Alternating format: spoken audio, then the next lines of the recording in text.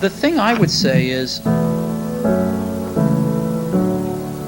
when you grow up, you tend to get told that the world is the way it is, and your life is just to live your life inside the world, try not to bash into the walls too much, try to have a nice family life, have fun, save a little money.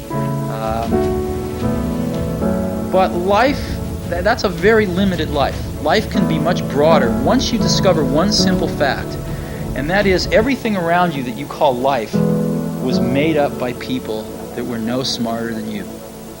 And you can change it, you can influence it, you can build your own things that other people can use.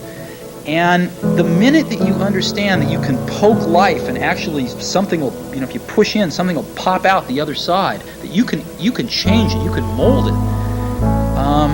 That's maybe the most important thing, is to shake off this erroneous notion that life is there and you're just going to live it, versus embrace it, change it, improve it, make your mark upon it. I think that's very important. And however you learn that, once you learn it, you'll want to change life and make it better, because it's kind of messed up in a lot of ways. Once you learn that, you'll never be the same again. People say you have to have a lot of passion for what you're doing, and it's totally true. And the reason is because it's so hard that if you don't, any rational person would give up. It's really hard, and you have to do it over a sustained period of time. So if you don't love it, if you're not having fun doing it and you don't really love it, you're going to give up. And that's what happens to most people, actually. If you really look at the ones that ended up being successful, unquote, in the eyes of society, and the ones that didn't, oftentimes it's the ones that are successful loved what they did so they could persevere when it got really tough. And the ones that didn't love it quit because they're sane, right? Who would want to put up with this stuff if you don't love it? So it's a lot of hard work, and it's a lot of worrying constantly. And if you don't love it, you're going to fail. So you got to love it, you got to have passion. And I think that's the high order bit. The second thing is you've got to be a really good talent scout, because no matter how smart you are, you need a team of great people, and you've got to figure out how to size people up fairly quickly, make decisions without knowing people too well, and hire them, and see how you do, and refine your intuition, and be able to help build an organization that can eventually just build itself, because you need great people around you. Thank you. Liz.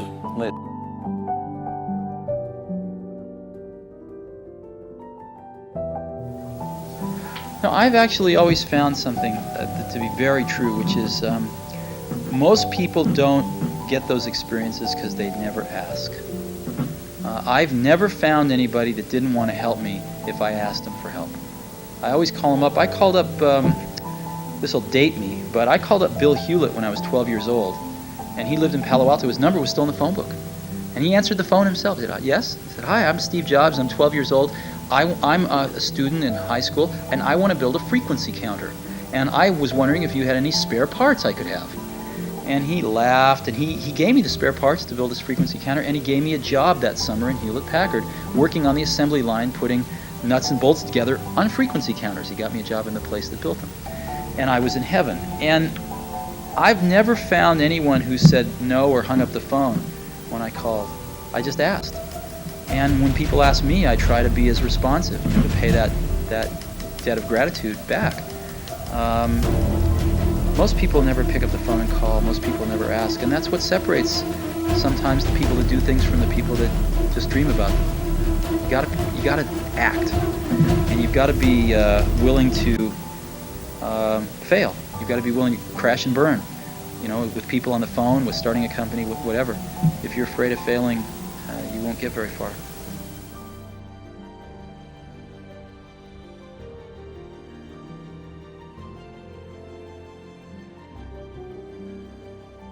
As a kid, I didn't know, but my gift is that I found out later on. I have the ability to think extremely quick, and I can take any piece of information and transpose it into comedy immediately. that when you're a kid and you don't understand that, you get in a lot of trouble. I stayed in a lot of trouble. I've been to more principal office than all of y'all put together, and the pastor's office at the church, because I just couldn't control it. I thought something and I fired it off, and it was instant, and it happened. And I didn't know what it was until I got older, that this was a gift, that it did make room for me, that I became a stand-up comedian, which started with a dream of mine, and it led to where I am today. It's a lot of stuff that happened in between there. But your gift is the thing that you do the absolute best with the least amount of effort. That's your God-given gift, and everybody has one, and God gives it to you at birth. You don't have to go anywhere to discover it. It's not in the water, it's not on a mountaintop, it ain't hid under a rock. Your God-given gift is instilled in you at birth.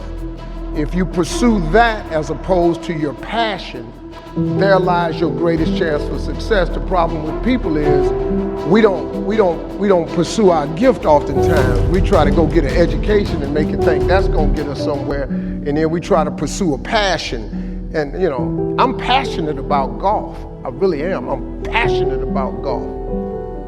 But I need 24 balls when I start around the golf, because as passionate as I am, I'm not gifted at it. I make some good shots. I hit one every now and then, get up there, green in regulation. But for the most part, I got to go find that ball somewhere. And I'm passionate about it, but I'm not gifted at it. If you identify that gift, man, that gift is the thing that can make you great.